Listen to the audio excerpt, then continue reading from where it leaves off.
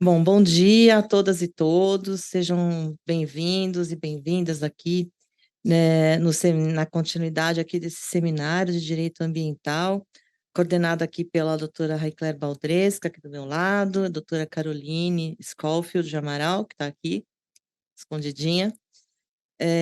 Bom, começamos hoje com o nosso primeiro painel, né, sobre o cadastro ambiental rural e os desafios da compensação ambiental, né?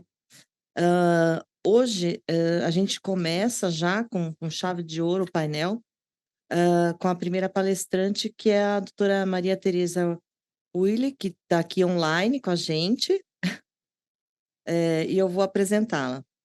A doutora Maria Tereza é doutora em Sociologia pela Universidade Federal do Paraná, mestra em Educação e especialista em Direito Processual Penal pela Pontifícia Universidade Católica também do Paraná. Foi a primeira mulher a comandar o Ministério Público do Paraná e também a Associação Paranaense do Ministério Público, instituição em que esteve à frente por 4 gestões. Foi promotora de Justiça e Procuradora-Geral de Justiça do Estado do Paraná. Por 2 vezes foi vice-presidente do Conselho Nacional de Procuradores Gerais durante sua gestão como Procuradora-Geral.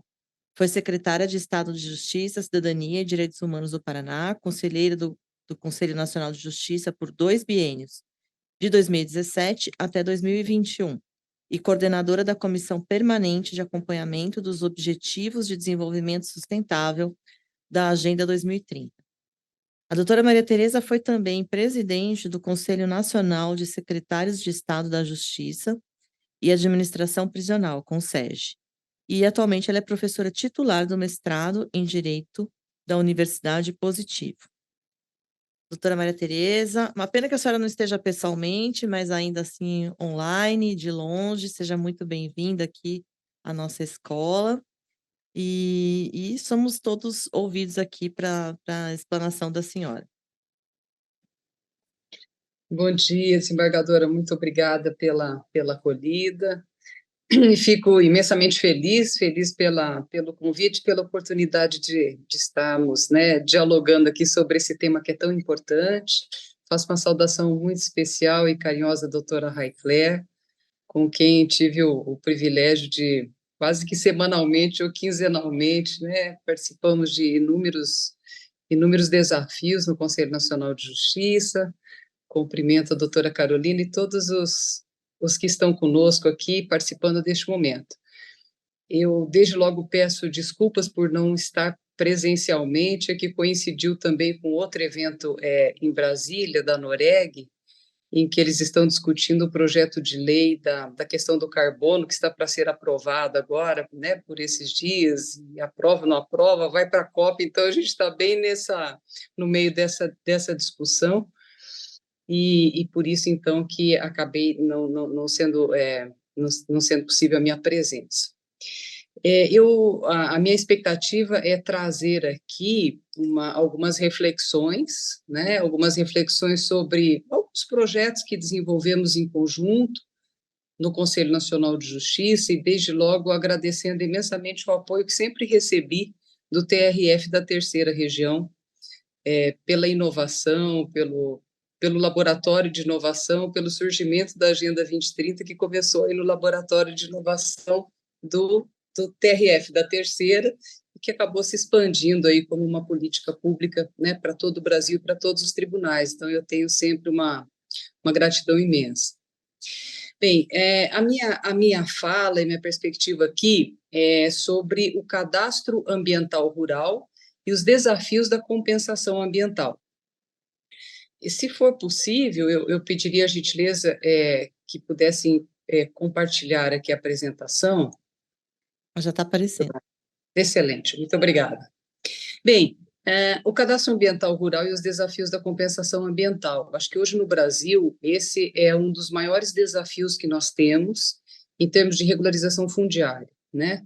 O cadastro ambiental rural, como todos sabem, ele é de natureza autodeclaratória, e não é obrigatória a verbação do CAR à margem da matrícula do registro imobiliário. Isso causa uma série de problemas e causa também uma outra dificuldade imensa, principalmente em relação a terras públicas, porque as terras públicas nem sempre elas são matriculadas no registro imobiliário.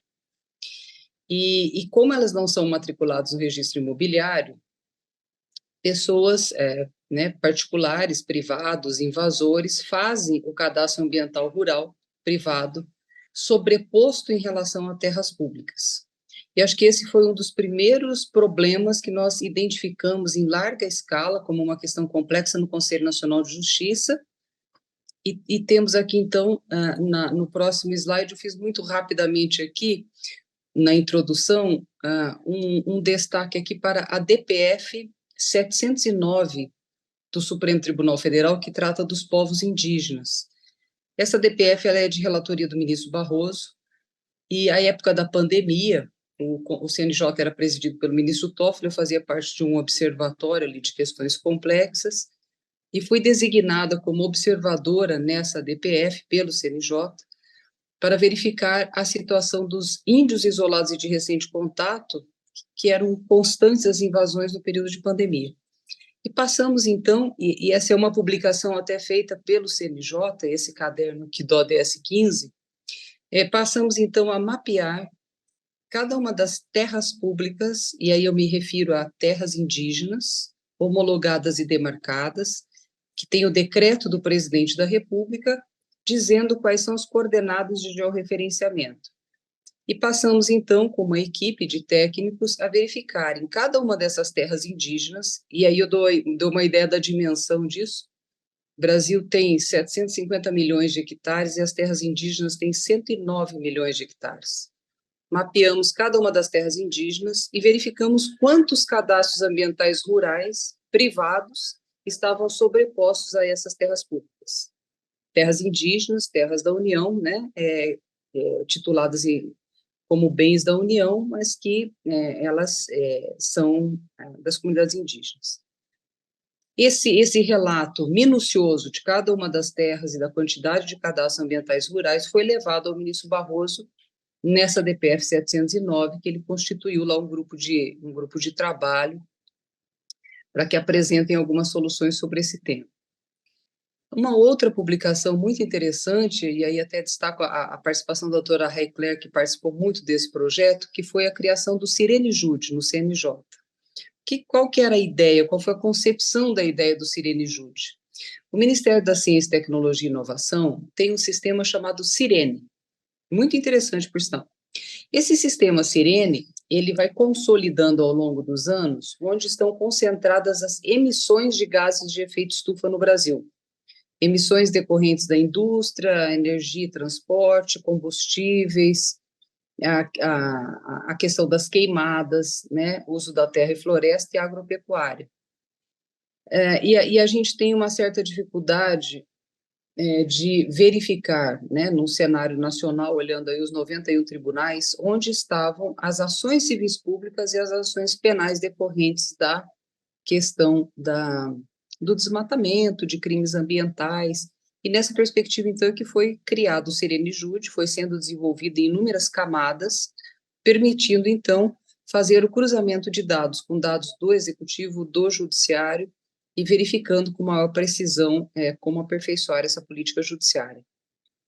E foi nesse contexto, então, do levantamento dos povos indígenas, do Cirenejude, que surgiu o início do estudo de caso em Corumbá, por iniciativa do TRF da Terceira Região, com o apoio da presidência e com o apoio da Corregedoria.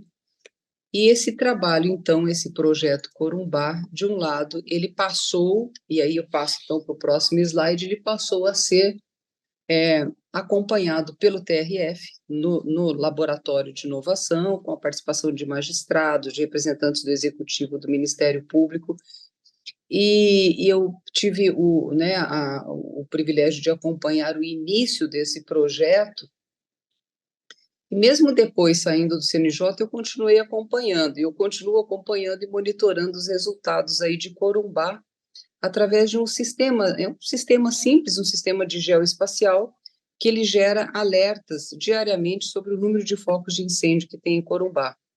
E o que a gente percebeu é que o resultado do TRF foi muito positivo, muito positivo. Então, vamos lá. Corumbá, né, é um município do Mato Grosso do Sul, localizado próximo da fronteira com Bolívia e à beira do Rio Paraguai, território é composto 3% pelo bioma cerrado e 97% do bioma pantanal, e em determinados momentos, em alguns meses, em alguns horários, né, a gente verifica uma alta incidência de fogo de vegetação. No próximo slide, a gente consegue ver, e isso é o que eu consigo ver com esse sistema que a gente acabou desenvolvendo por curiosidade, que é o monitoramento dos focos de incêndio e notificações em tempo real. Então, todo dia eu recebo uma mensagenzinha aqui no celular, desse monitoramento aqui, dizendo quantos focos de incêndio tem em Corumbá. Passa o satélite e o satélite identifica, olha, no horário X, tantos focos de incêndio, no horário X, tantos focos de incêndio, no horário X, tantos focos de incêndio. Em média, nós temos uma média de focos de incêndio no período monitorado, de 21 a 23, de 5.490 focos de incêndio. O projeto iniciou em 11 de julho de 21 e desde então a gente está monitorando isso aqui diariamente.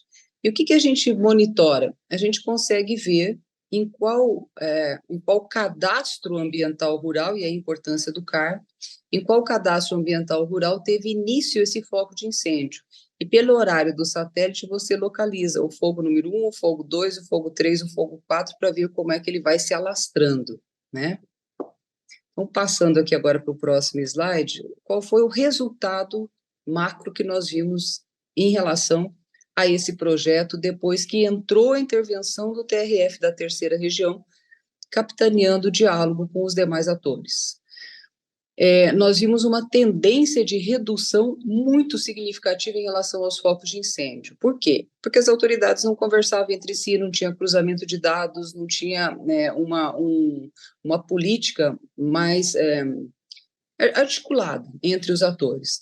Então, vejam que em 2021 teve uma explosão desses focos de incêndio, 2022, 2023 teve uma queda muito significativa. A gente pode ver isso por gráficos, por quais os meses de pico, e a gente pode entrar no detalhamento até dos horários onde esses focos de incêndio acontecem.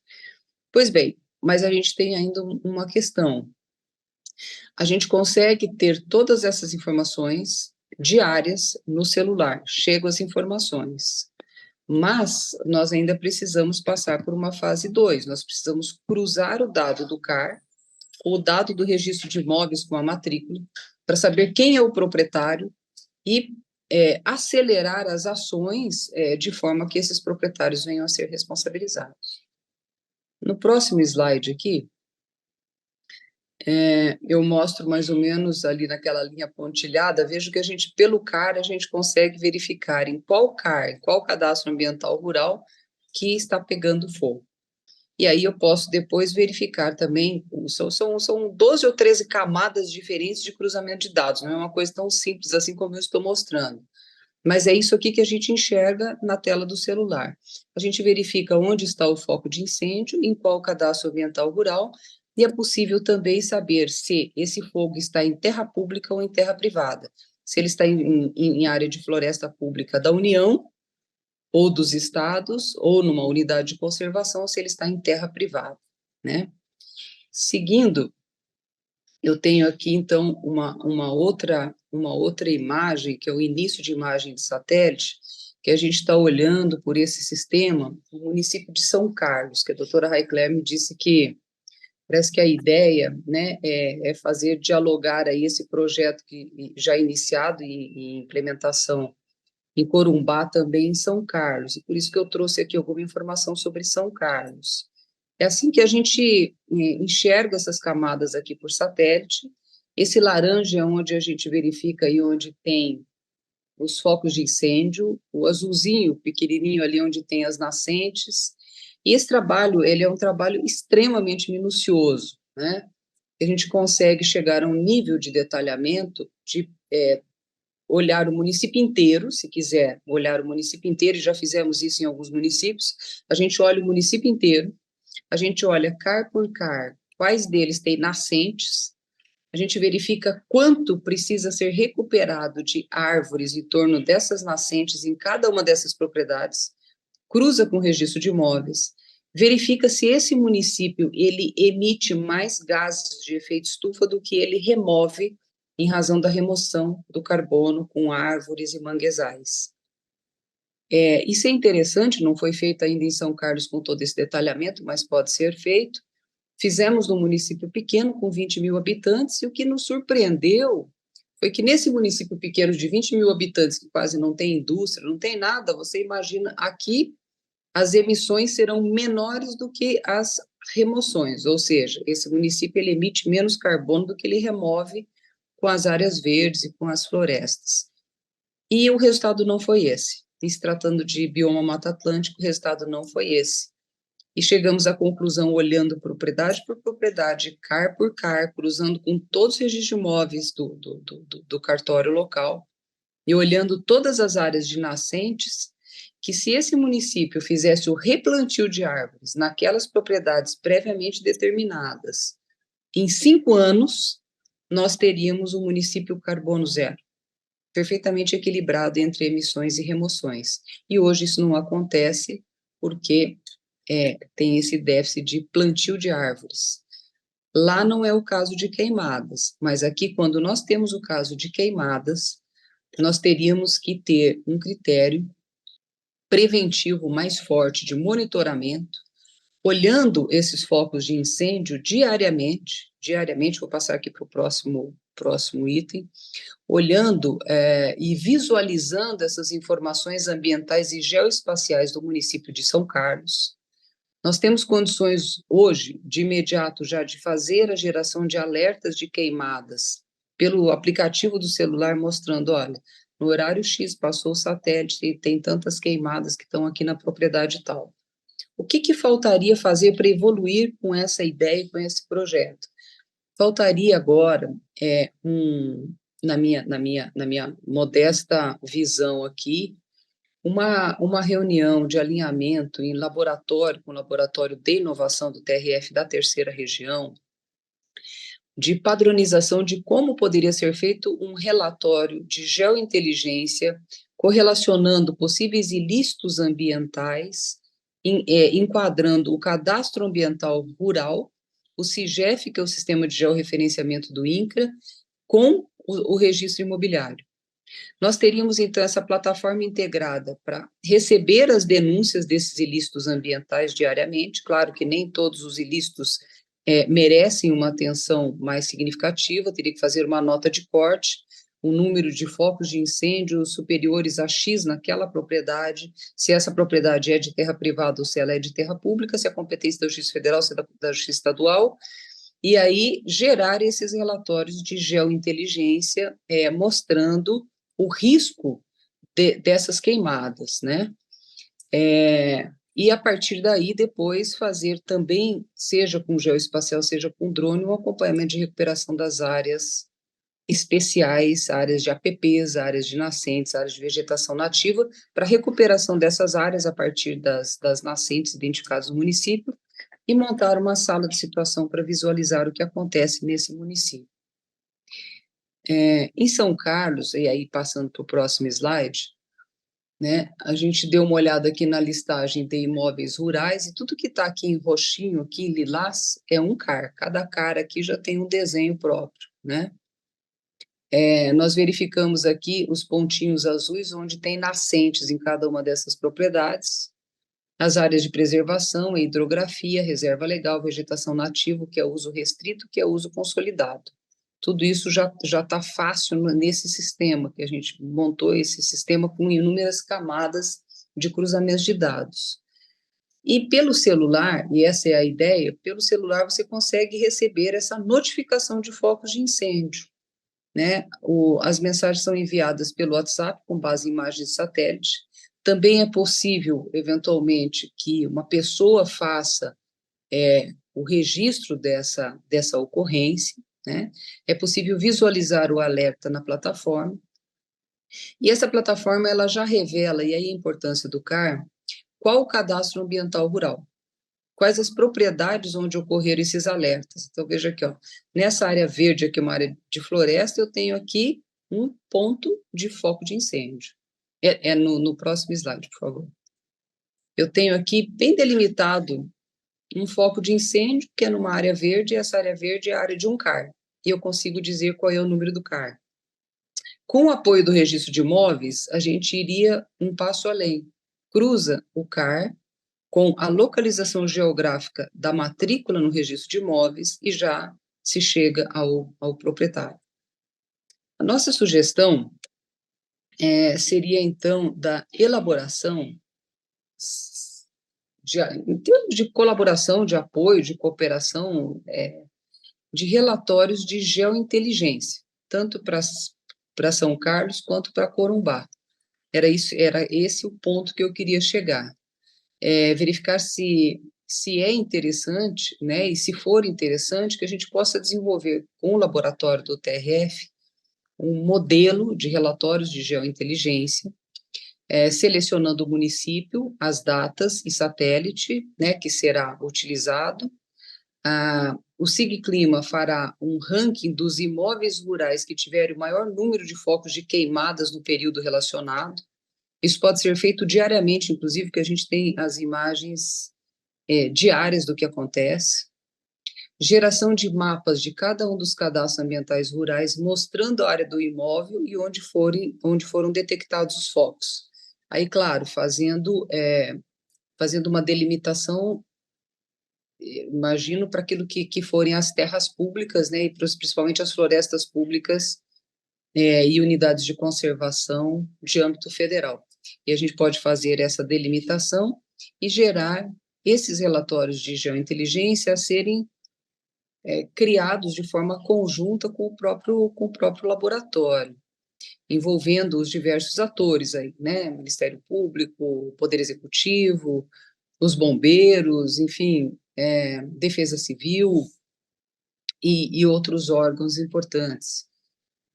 Esse relatório de inteligência, e é aqui que a gente está chegando agora exatamente nesse ponto, a gente está terminando agora de deixar disponível um sistema para celular que qualquer pessoa possa fazer o registro dessa ocorrência.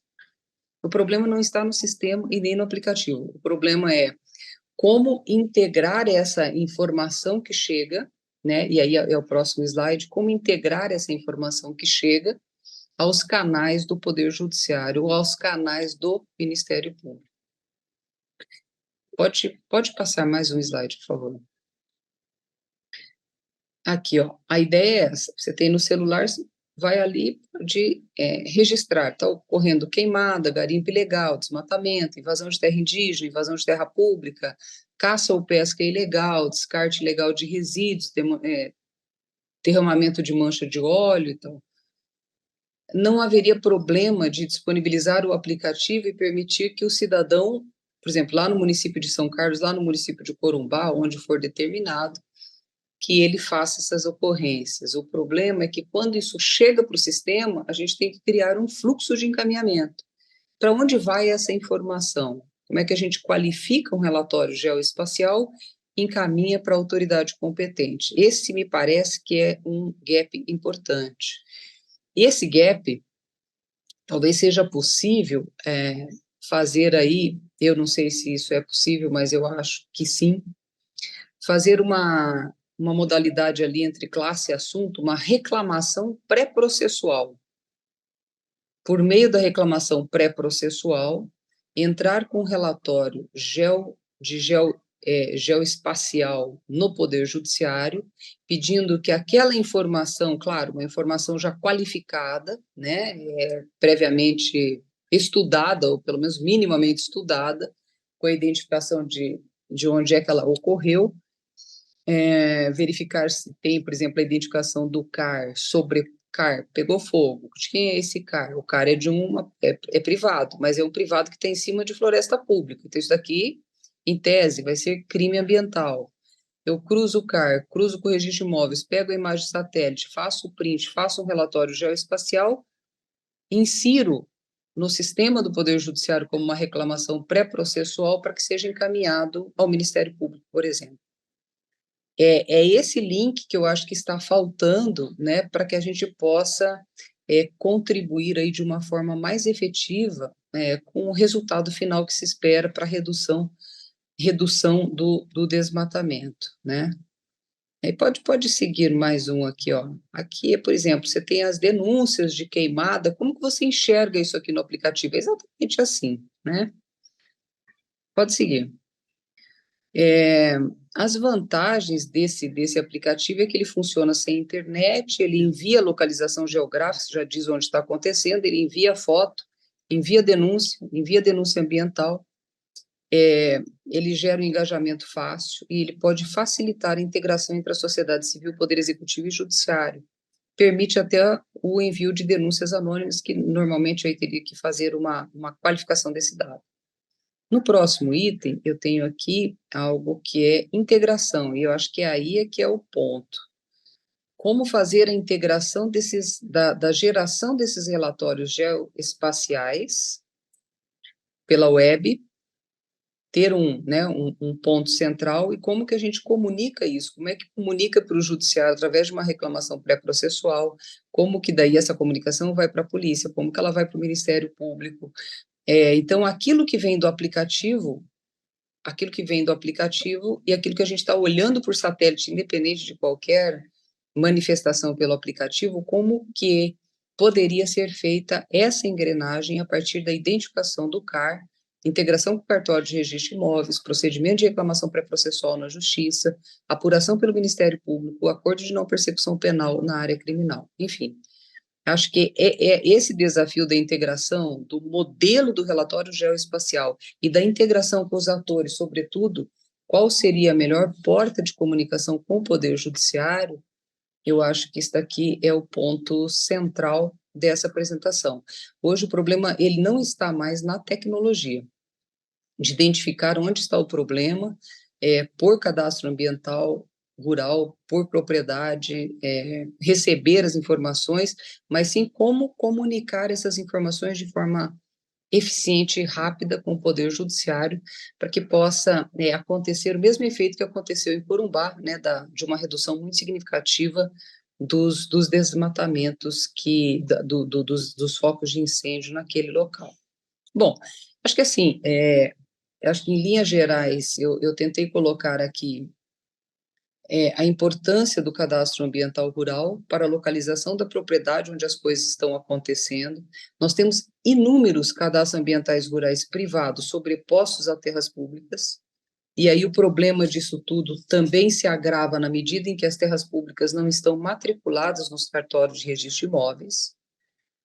Eu acho que a gente poderia, talvez, né, e essa é uma das sugestões aqui, no próximo slide, fazer uma proposta, se acharem que é conveniente, de celebração de termo de cooperação com o TRF3, com o Laboratório de Inovação, sem ônus, sem nenhum custo para a Justiça Federal, para disponibilizar ao laboratório esses relatórios mensais geoespaciais, não que a gente tenha o relatório pronto, a gente formule esse relatório em conjunto com o laboratório, né, aquilo que vier a demanda.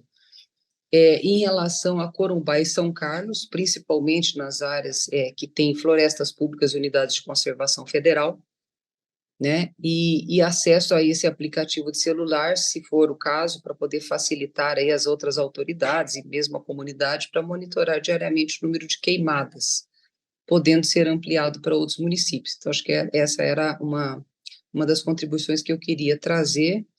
E a segunda, ela já vai num outro sentido, mas também relevante.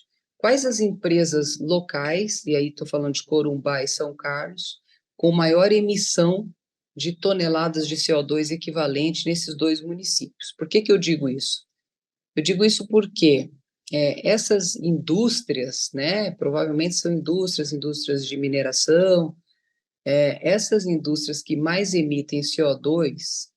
Agora, por força desse projeto de lei do carbono, que está para ser aprovado, a gente vai ter aí um sistema brasileiro regulado em relação ao carbono e principalmente a emissão de carbono industrial. Se nós fizermos essa identificação de quais são as indústrias que mais poluem, essas indústrias que mais poluem e aquelas que poluem acima de 10 mil, 15 mil toneladas de CO2 equivalentes, elas terão que reportar e monitorar as suas emissões, reduzir as suas emissões ou compensar as suas emissões. E para compensar as suas emissões, elas vão precisar adotar medidas internas, mas também elas vão precisar adquirir carbono florestal ou carbono de manguezais. E aí o que pode acontecer? Talvez venha daqui, e aí estou falando de uma inovação ainda bem significativa, talvez venha daqui uma alternativa e uma solução para que essas áreas em que hoje, áreas de APP, com nascentes que não estão devidamente reflorestadas, essas empresas poderiam investir nesse reflorestamento imediato de forma a equilibrar as emissões e remoções de gases de efeito estufa naqueles municípios.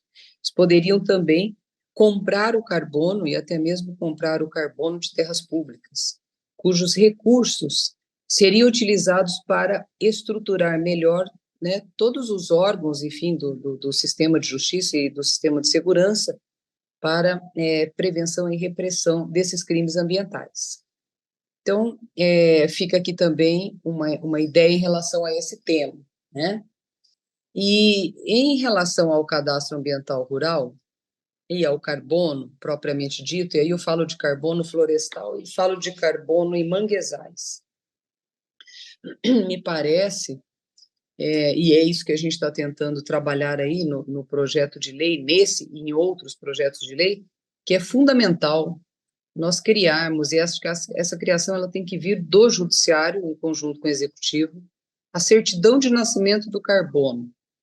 O que é a certidão de nascimento do carbono? Quando eu olho para uma floresta, eu preciso ter uma certidão de nascimento do carbono, assim como tem a certidão de nascimento de uma criança, e a criança tem a certidão de nascimento, casamento, divórcio, óbito, tudo isso está verbado no mesmo documento.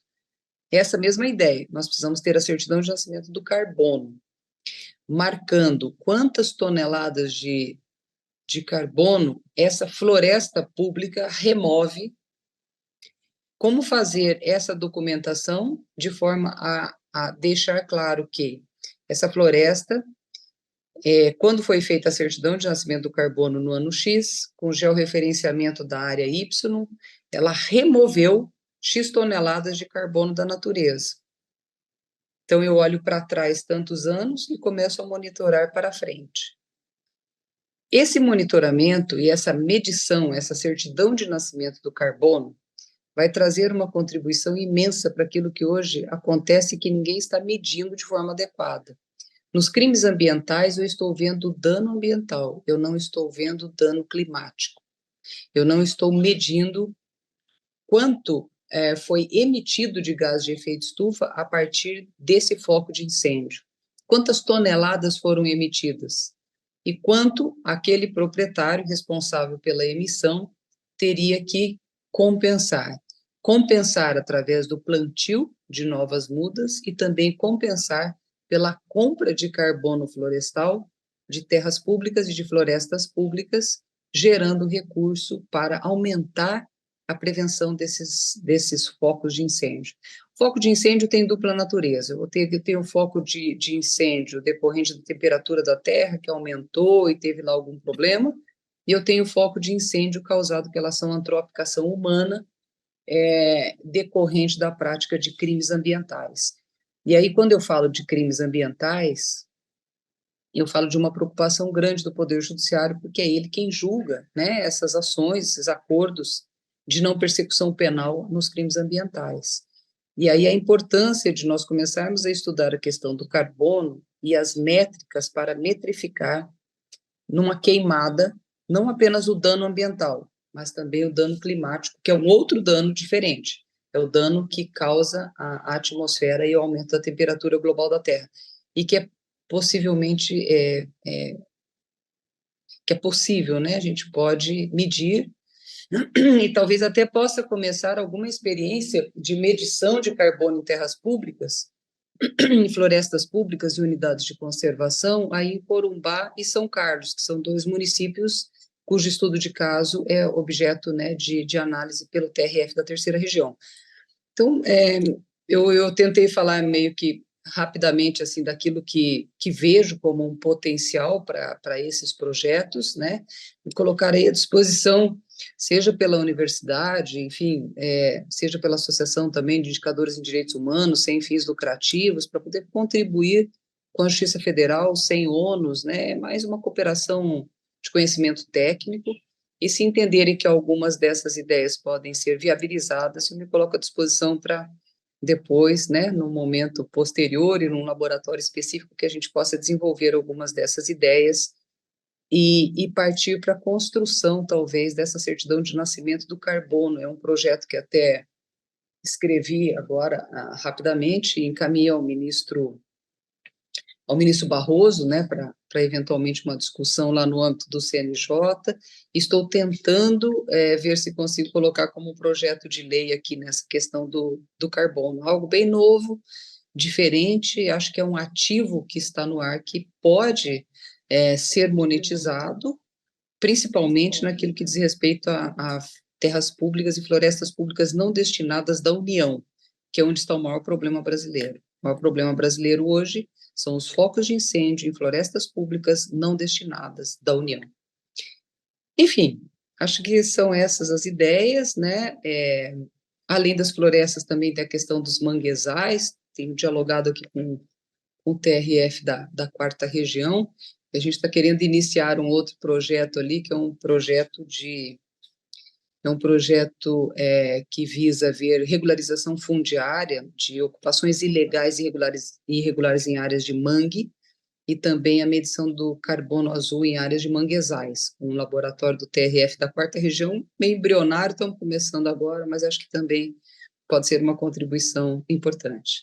Eu acho que pelo horário, pelo menos foi o horário que eu havia me programado aqui, né, com a doutora Raicler, eu acho que fico por aqui e encerro a minha fala para me colocar à disposição, né, daquilo que puder ouvir, né, de ideias, de sugestões nesse ambiente tão denso que nós estamos vivendo aí dos desafios climáticos, né, que atinge a toda a humanidade, essa questão dos grandes desastres, tudo isso vem, né, em grande parte do aumento da temperatura global da Terra, e a preservação das florestas é o caminho mais efetivo para que isso não aconteça. Então, essa questão da fumaça, da qualidade do ar, da qualidade de vida que temos e que queremos para nós e para a nossa sociedade, ela depende muito do Poder Judiciário. Por isso, a minha grande expectativa é na força do Poder Judiciário em relação a essa temática da justiça climática.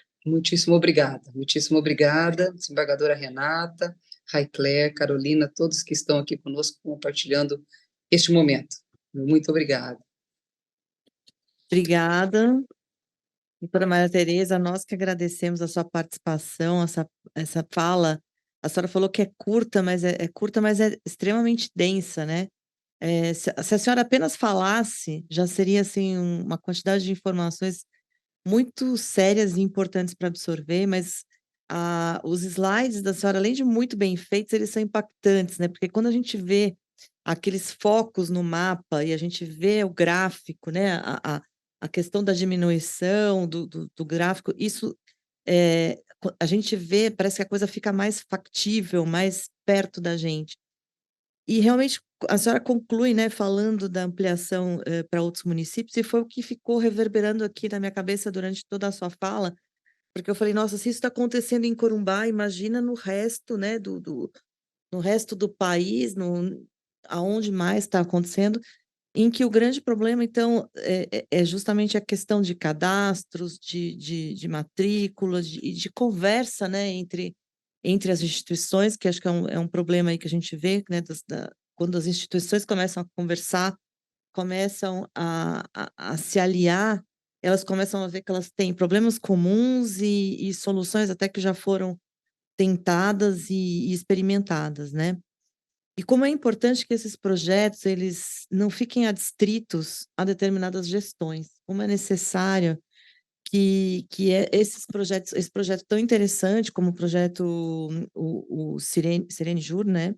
Sirene Jude e entre outros, como eles tenham continuidade, porque eles não podem ser marca de gestões administrativas do tribunal, de quem quer que seja, né?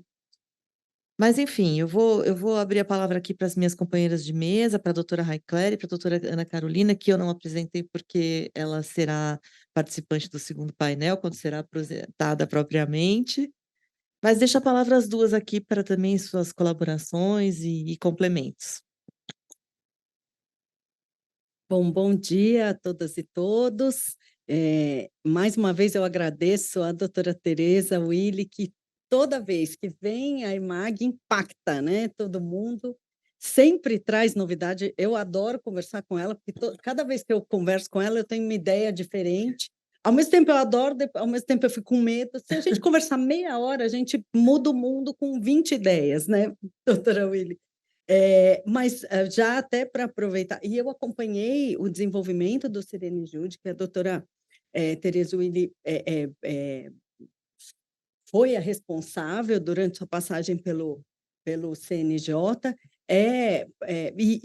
doutora Tereza, eu sempre que tenho oportunidade falo desse projeto e as pessoas ainda não conhecem Sirene Jude, está lá no site, é só acessar, e não conhecem. Toda vez eu falo, eu apresento o link, falo que a senhora desenvolveu isso, e é sensacional, porque basta clicar no site do CNJ, no ícone que está no site do CNJ, aliás, é só dar um Google, Sirene Jude, já aparece, e é possível, e há um mapeamento de todas as terras indígenas, o decreto, qual é a medida. É um trabalho sensacional para esse tipo de controle. Mas eu não vou me alongar, eu só queria dizer, doutora Willi, que eu já anotei aqui, e nós já vamos marcar uma oficina no laboratório, porque eu tive também várias ideias aqui ouvindo a senhora. A gente tem um grupo de trabalho de ambiental, eu já tinha até adiantado isso para a senhora, e a gente estava pensando em como, aliás, esse seminário foi produto do grupo de trabalho, são vários juízes que estão, inclusive, participando desse seminário, alguns aqui presencialmente, como o Fernando Nilson, que é o juiz de Mato Grosso do Sul, a Janaína, também de Mato Grosso do Sul, doutora Caroline, que está em São Carlos, e por isso que a gente pediu São Carlos, porque ela é integrante do grupo de trabalho que tem jurisdição lá em São Carlos, então a gente queria fazer uma comparação, né, desse trabalho. Doutor Paulo Arena, que é o juiz auxiliar da presidência, vários outros colegas estão aqui, doutora Anita Villani, doutor Roberto Campelo, não vou nem mencionar, vou acabar esquecendo alguém. Mas vamos marcar, sim, eu estava pensando, vamos marcar uma oficina no laboratório de inovação entre esse grupo de trabalho, a senhora, e podemos convidar os participantes da plataforma ambiental, do projeto Corumbá lá atrás, e mais a equipe de gestão de dados que a gente tem na unidade de inovação da Justiça Federal de São Paulo, que está agregada ao laboratório também, porque não acho difícil, eu acho que nós conseguimos sim pensar nesse fluxo, eu acho que é possível pensar em como esse fluxo, como utilizar essas ferramentas e como pensar nesse fluxo para a gente ter uma efetividade maior, tanto nessa fiscalização, porque o mais difícil nesse tipo de evento é justamente a fiscalização. E essa ideia que a doutora Tereza trouxe, de que a fiscalização fica na mão do cidadão, isso funciona, o Disque Denúncia está aí, não nos deixa mentir há tantos anos, né? Então, a gente tendo uma ligação dessa denúncia com os órgãos e até já com o fluxo para uma eventual reclamação pré-processual, isso pode auxiliar muito o Poder Executivo nessa atividade de investigação, o Ministério Público, e aí nós cumprimos, eu digo, o Poder Judiciário cumpre o seu papel de articulador de construção de soluções para reduzir em todo lugar, e a gente pode fazer isso em Corumbá e São Carlos, e funcionando, ampliar para todos os outros municípios, e aí isso é um programa bem interessante. Eu acho que a gente pode fazer isso. Já vou anotar aqui, já estou pensando aqui já nas datas, quando é que nós vamos marcar essa oficina, estou pensando talvez final de janeiro, início de fevereiro, que agora é final de ano, a gente devia ter feito esse seminário antes, ai meu Deus, mas vai dar tempo, nós vamos fazer. Muitíssimo obrigada, doutora Tereza, mais uma vez, incrível, parabéns. Bom dia a todas as pessoas que prestigiam. Quero cumprimentar a professora, a doutora Maria Tereza, assim, uma aula que a senhora nos trouxe, e reafirmar a posição da Justiça Federal. A doutora Recler trouxe a nossa plataforma ambiental, eu falo até nossa, porque o Poder Executivo se sente inserido nesse ambiente, e aqui foram trazidos os temas, tanto da questão do incêndio, que é mais uma ferramenta para a gente aprimorar e que trouxe resultados extremamente positivos, tanto que a realidade hoje, quando a gente se depara com essa temática, a gente tem que acionar todos aqueles instrumentos que já estavam ali funcionando, e é mais que é uma ferramenta que a senhora apresenta e que está disponível na mão de todos, que é o celular, né, que é a partir dele toda essa comunicação.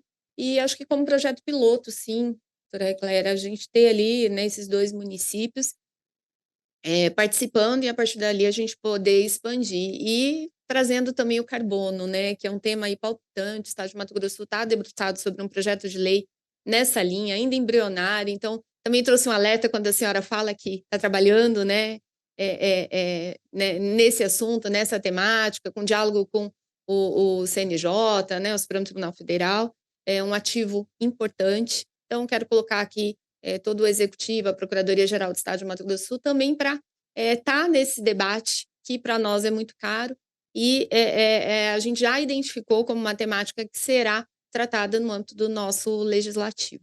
Muito obrigada.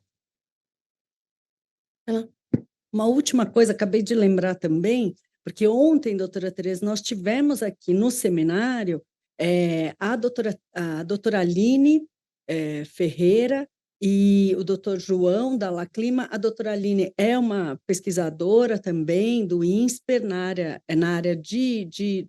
ela é representante do mercado financeiro na Ambima, participa da Ambima, e tratou justamente da questão do crédito de carbono, sob o ponto de vista do mercado financeiro, mas sob o ponto de vista jurídico também, e já ontem se colocou à disposição também para participar dessa discussão, de como podemos construir de uma forma melhor isso. Então, nós também já podemos convidá-la para participar dessa discussão, porque é importante, né? Eu insisto nisso, de a gente pensar nos instrumentos financeiros que podem estimular também, como a própria doutora Tereza falou, estimular também a preservação ambiental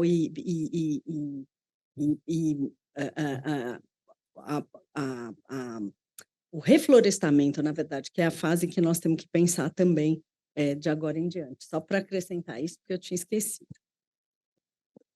Bom, não sei se alguém mais quer fazer alguma colocação, alguma observação. Não? Hã? Não teve, então. Bom, mas que bom que já saímos daqui, então, já com mais um laboratório engatilhado, né? E, doutora Maria Tereza, quem sabe daí na próxima a senhora consiga ver pessoalmente, porque daí, se a doutora Heckler saiu daqui de hoje com quantas ideias? Com umas 3, se a senhora vier pessoalmente aqui passar uma tarde, ela vai sair com mais umas 20. Junta todo mundo, a gente vai querer realmente mudar o mundo. Gente, muito obrigada a todos e todas. Então, a gente vai dar então um intervalo um pouquinho maior, né? Até já.